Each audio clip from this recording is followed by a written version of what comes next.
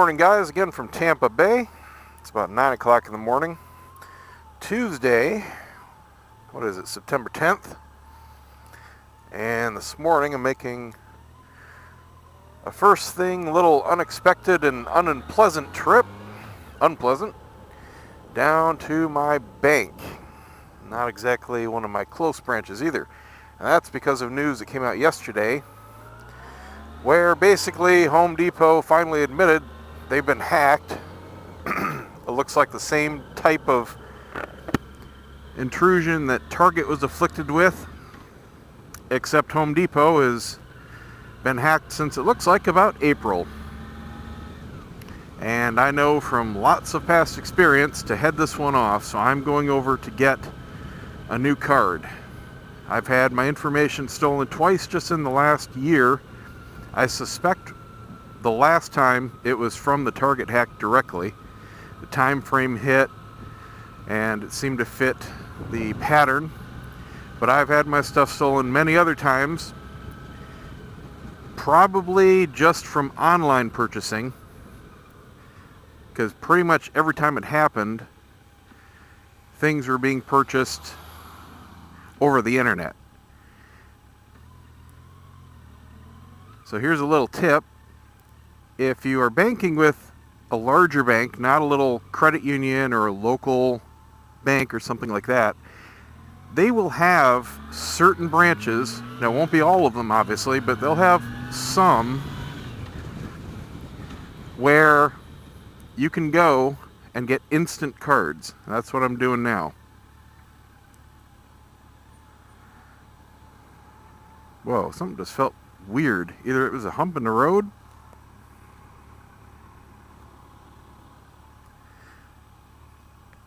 Hello, puppy. Felt like I had a flat. I don't. Must have been the road. It's just kind of wallowing there for a second. But you will have the option to go to certain branches and get instant cards made. So it saves you all that hassle of waiting a week for something to come in the mail. This is the second time I'm going over to this branch. It's in Tampa. But again, Tampa is a huge piece of real estate, so that doesn't really mean much. Luckily, this one's over on my side of Tampa, so it should only take me about a half an hour to get there. And then you can go in and 10 minutes later come out with a new card.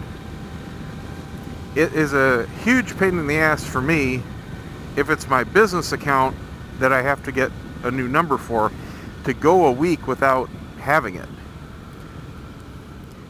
Sometimes, I've got a lot of things that auto pay, a lot of subscription services and payment plans for organizations and online stuff and all kinds of stuff. And when I don't have a card and those payments try to go through, it's just a big hassle. Things fail, like Adobe's CC subscription service. That lapsed once.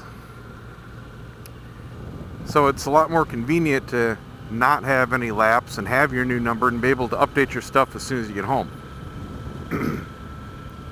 But obviously, if you're one of the kind that have 20 credit cards and it doesn't make any difference to you if one of them's down for a week, well, that's easy enough to just call them up and get a new card by mail then.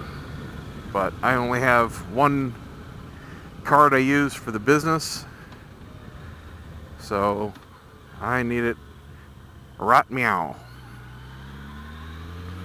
Got my GPS going here, because like I said, I've only been there once before, and I remember last time I went, I didn't exactly take the most direct route, so I'm just going to follow the little driving car this time. That reminds me, I got to update that. I had it with it's a little blue Mini, because that's the last car I had. I got to change that out. Beautiful morning. We're overcast, 82 degrees, absolutely perfect.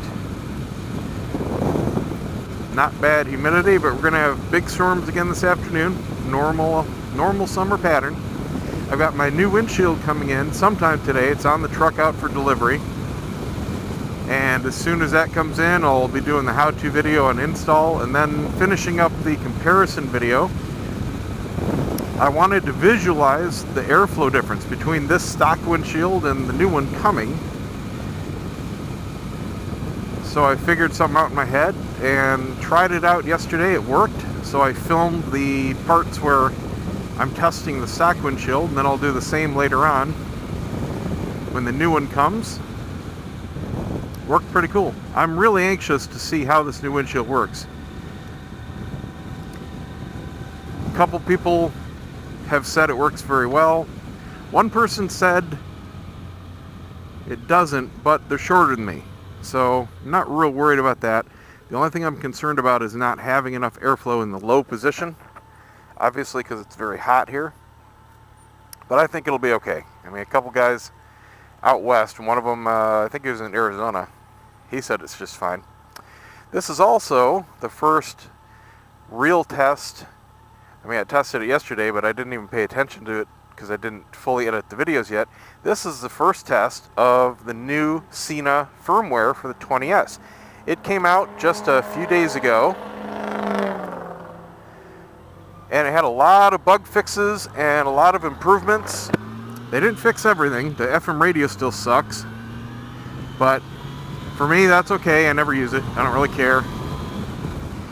But one big thing, I did very quickly test this to make sure it made a difference. One big thing they really fixed was the audio record level between the Sena unit, that's what's on my helmet, and the GP10 GoPro receiver for the audio, and that's in my camera right here. Huge volume level difference. It's beautiful now. Used to be so low I would have to boost it and normalize it just to be able to hear anything. Now it looks really good, really normal volume levels, less noise, just beautiful. It's the way it should have been, but I'm just glad they finally fixed it.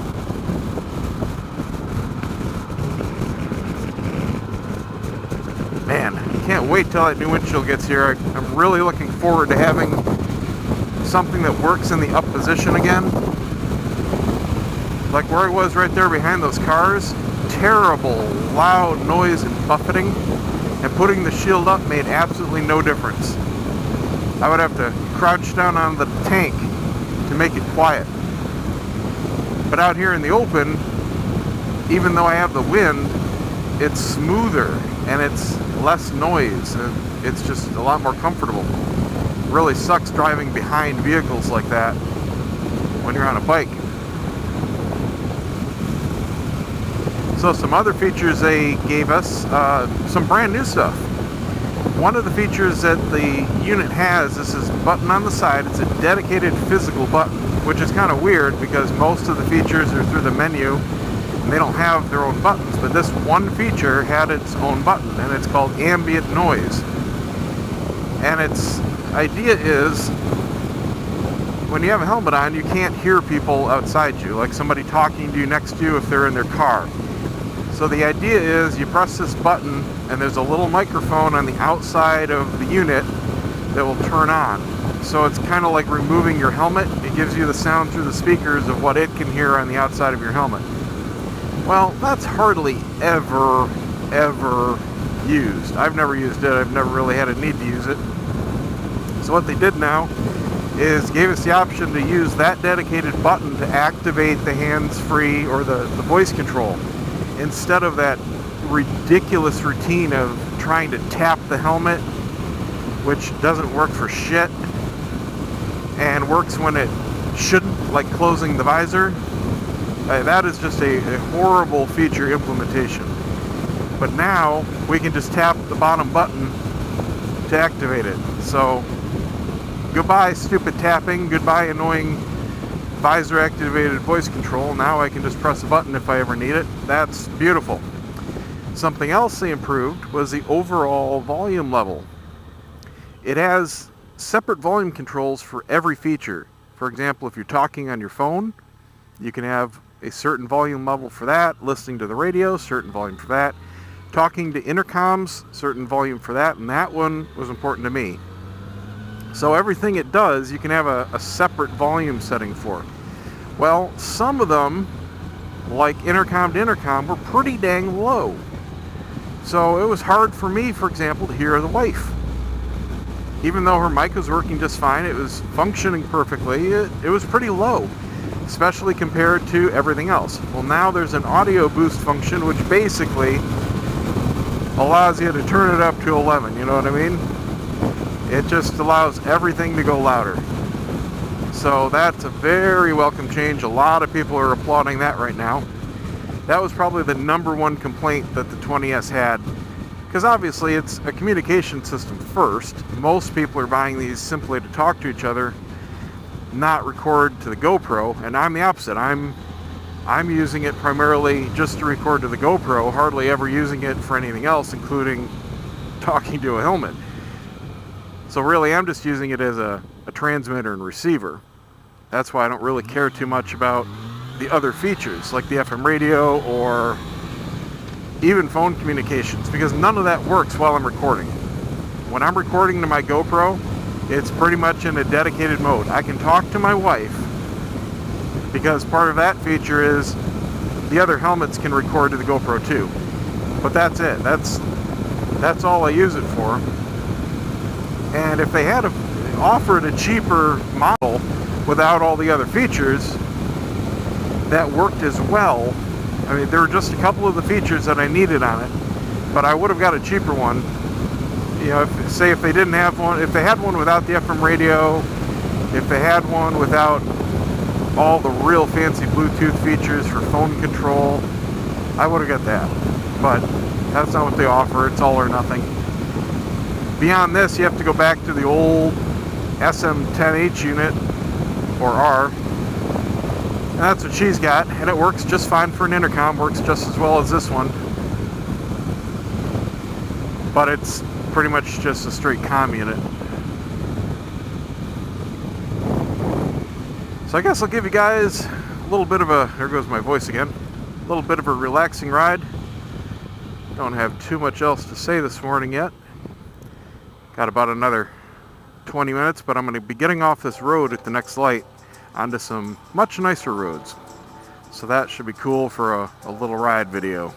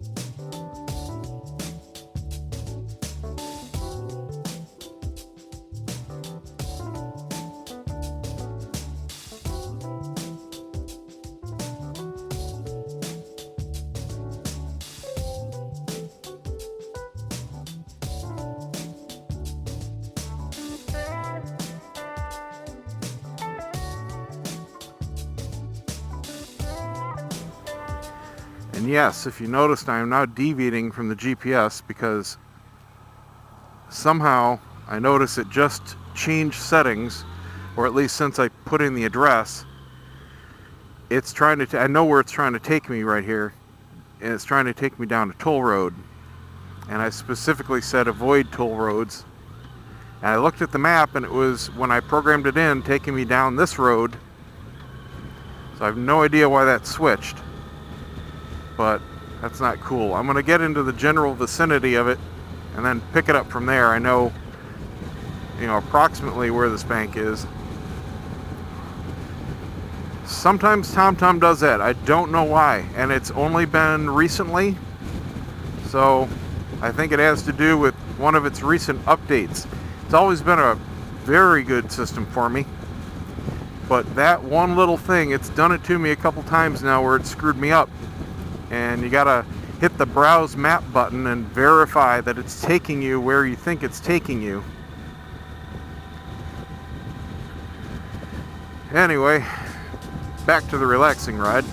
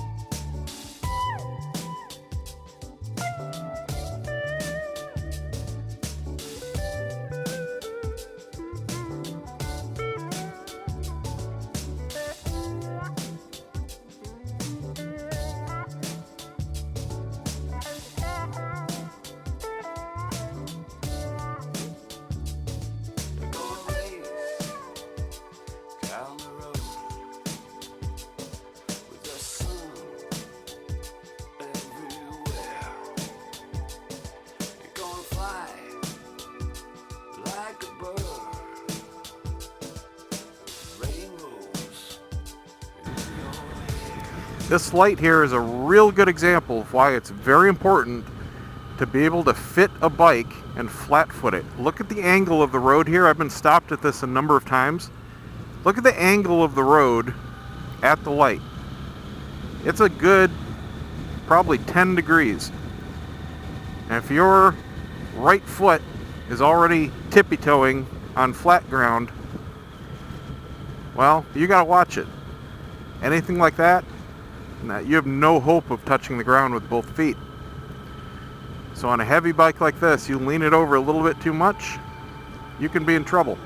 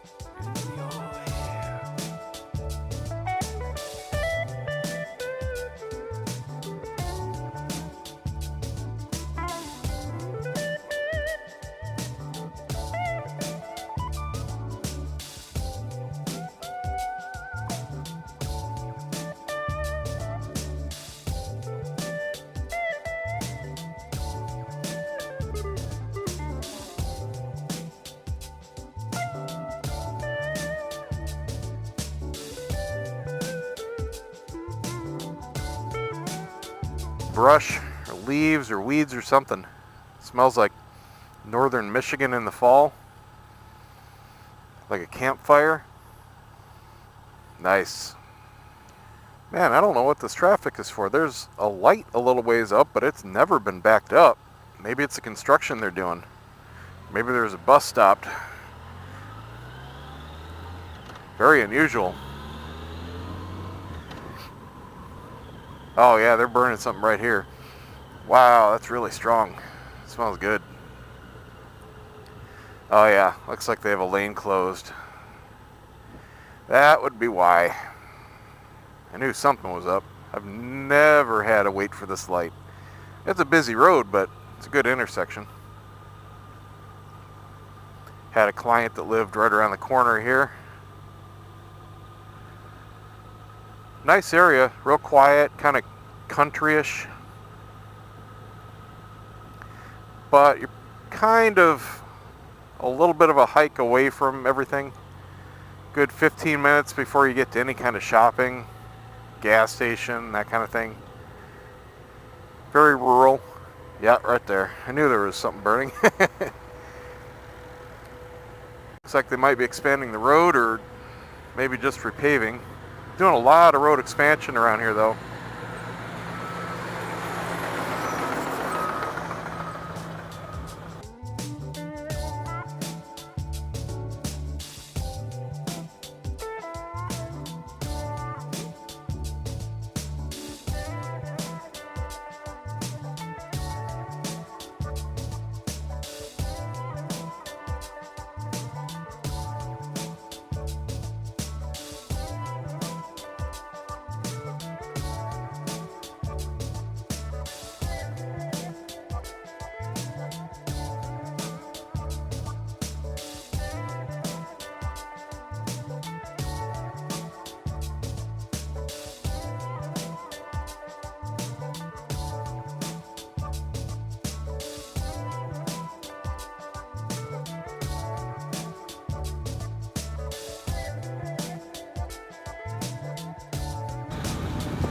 Man, you gotta be kidding me. It's pointing me back to the toll road. Alright, I'm gonna pull over, reset the map. I keep forgetting I need to get the conductive thread for these gloves so I can use the touch screen. Sometimes it works, most of the time it doesn't. I don't want to have to be looking down at it. I'm gonna turn right here.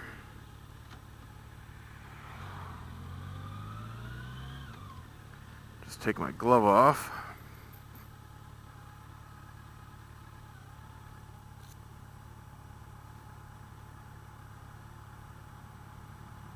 Navigate to recent, the one I just told you.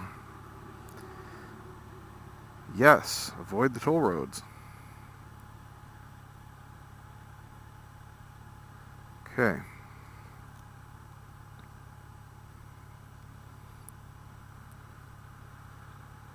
Where do you want me to go? I don't know which way it's going to point me. This is what happened on the video the other day. When I put in the instructions, but I didn't know which way it's pointing because I wasn't moving, so it hadn't oriented the map right. So let's see.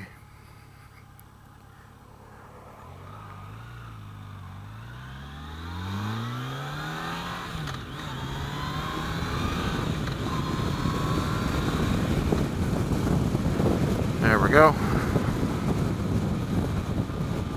4 miles away. I knew it was pretty close.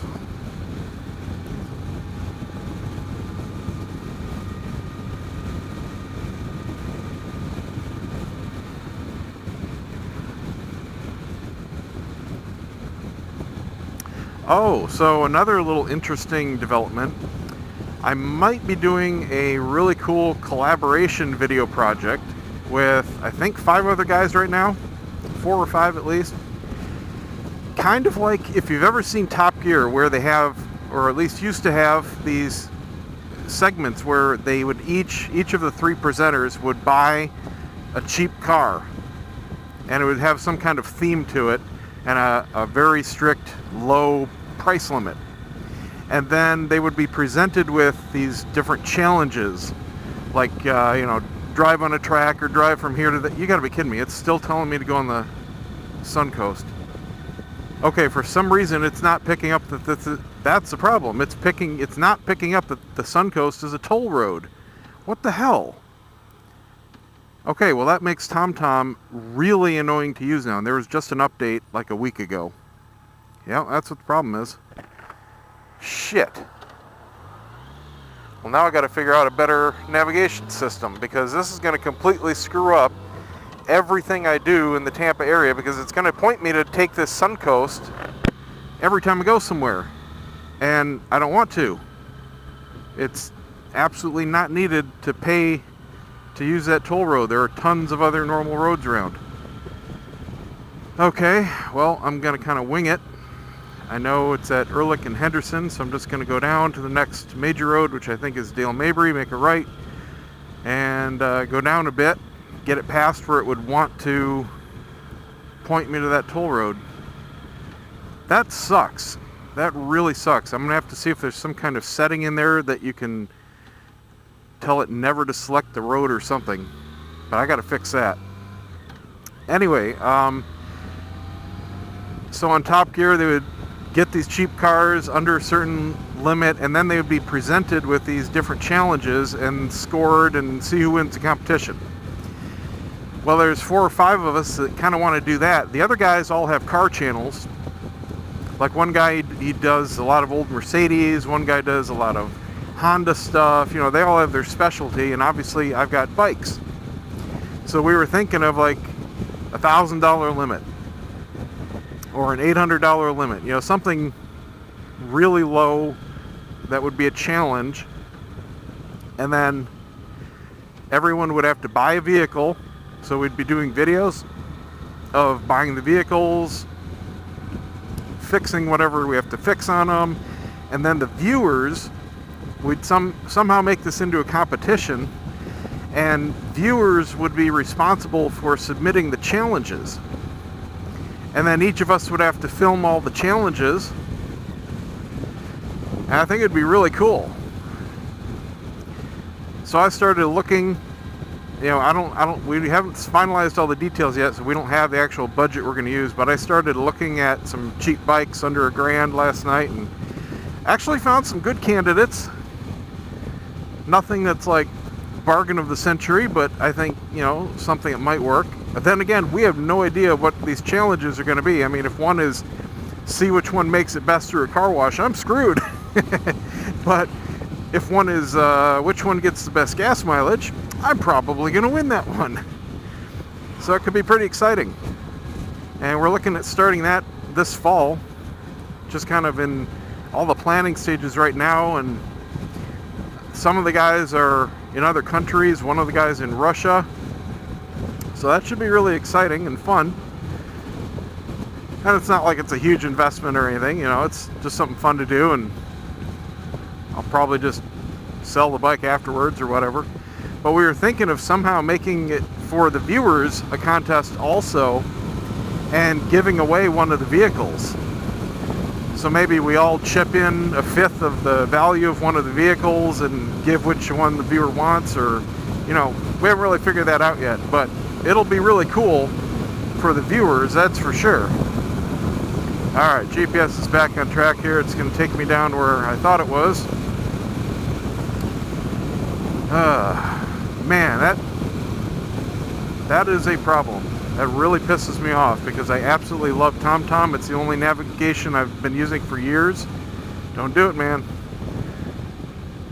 I'm always looking for people in these lines jump out, like that van. He started to, and he saw me, he went back in. Now he's behind me. But you gotta watch it, man. You have to expect that they're going to do it. So when I'm coming down lines like that, you'll often see my hand kind of resting on the clutch, ready to hit the brake. I'm looking at the cars as I'm passing. I'm not just zooming through. I see a lot of videos where bikes get hit or bikes crash, and they always blame it on the other guy, like the bike has no responsibility for what happened. Like there was one yesterday, a guy posted, I mean, it wasn't a brand new video, but it was a post, and it was a bike, this douchebag kid doing wheelies down the freeway. and, you know, just being a jackass. He's doing 60, 70 miles an hour up on one wheel, kind of weaving in his lane, and this car, who is completely in the wrong also, tries to zoom past him. He was like right here in the right hand side of his lane, and the car tries to zoom past him on the left. Well, he obviously didn't see the car because he was up doing a wheelie, and right as the car was zooming past him, he veers to the left, you know, because he doesn't have control. So he kind of does this while he's doing a wheelie, and he smashes right into the car and crashes. Now the car, number one, shouldn't have been there. Absolutely no excuse for that. But if the dumbass hadn't been doing a wheelie, probably wouldn't have happened either. But oh my God, it's like so many young bikers just don't take responsibility. And pretty much everybody on that post was like, oh, it's 100% the car's fault. It doesn't matter if he's doing a wheelie. Same thing, there was a video that was posted the other day. It made the news. I mean, it's all over the place, where a guy was riding this particular bike, and he was doing 100 miles an hour down a 2-lane road in traffic, and a car turned in front of him at an intersection, and he died. Obviously, he hit the thing in a matter of half a second and flew over the hood doing 100 miles an hour in a, I think the news said it was a 45 zone, might have been a 50. But what do you damn expect? You do stupid stuff like that, stupid stuff is going to happen. And virtually everybody, oh, it's only the car's fault. It doesn't matter if he's doing 100 miles an hour. The car turned in front of him. I just don't agree with that. I don't agree with that at all.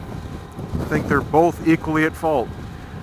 I mean, yeah, the car turned in front of him. Maybe the car couldn't have looked at him and known he was doing twice the speed limit. It's kind of hard to judge unless you're a cop, especially on a motorcycle, which has a very small frame of reference to your eyes. Let's see, I got to turn at the next intersection here. There's no way a car would expect a bike on a road like that, especially, to be doing 100 miles an hour. It's just not in your brain to process. But yet he was. And he paid the price. But oh man, you express any other opinion other than, well, the car turned so nothing else matters. That's just bullshit. That's just the way a lot of young bikers think, though, unfortunately. And that's how they ride. Here in Florida, they've really cracked down on it. I mean, it was really, really bad like that around Miami. Just tons of jackasses all the time. Doing 150, 180 miles an hour in the freeways, crashing, causing deaths, wheelies all over the place. Well, now, if you get caught doing a wheelie in Florida, doesn't matter how high or how long, it's an automatic $100 fine and points. If you get caught doing 50 over the limit, the first time it's a $1,000 fine and a 6-month suspension. The second time it's a $5,000 fine and a year suspension. Third time it's a $5,000 fine and a 10-year suspension. If you're caught doing that kind of speeding. So I just don't have sympathy for guys that choose to ride that way when shit happens. Because you have to expect it if you have any kind of common sense. But you know what? A lot of people don't have common sense. I've learned that, especially dealing with the public as a business owner for years. Common sense is not that common. It's really a misnomer, trust me. Alright, 1.2 miles to go. Definitely took the stupid roundabout way. This is kind of what I did last time. I'll have to figure out a better way to get home. I went way around. Basically, I should have kept going straight at that construction and then come down to this road here. It would have been a lot shorter by about 3-4 miles. Let's see. What are you doing, dude? The hell are you doing? Is there anybody yeah, there's somebody in front of him.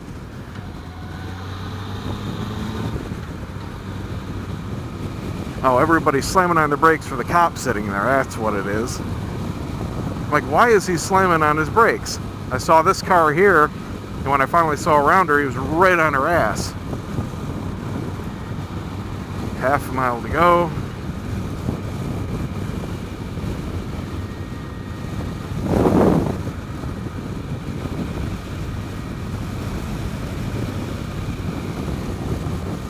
I noticed gas prices have come way down since the holiday is over. They shot up around here about 20 cents a gallon overnight. And now they're finally back down to where they were pre-Labor Day. We're just over $3 a gallon for regular. It's really sad to be excited over that. Where the hell is this bank? It says it's on the right? Really? I don't know if this is the one I went to last. Oh, there it is. Shoot, it's at that intersection. I thought it was on the left. Man, I am screwed up because I came at this from that road. I came down Hutchison, which is this light here, from the right. I'm gonna have to, I don't think I can get over. I might have to make a left and flip. I don't know, let's see. Oh, yep, I can get over. Yeah, I came down from the right here last time. So that was my frame of reference. Here we go. All right. See you guys in a minute. I should have a new card.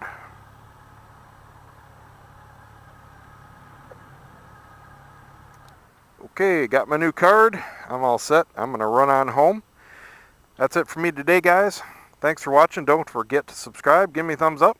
We'll see you next time.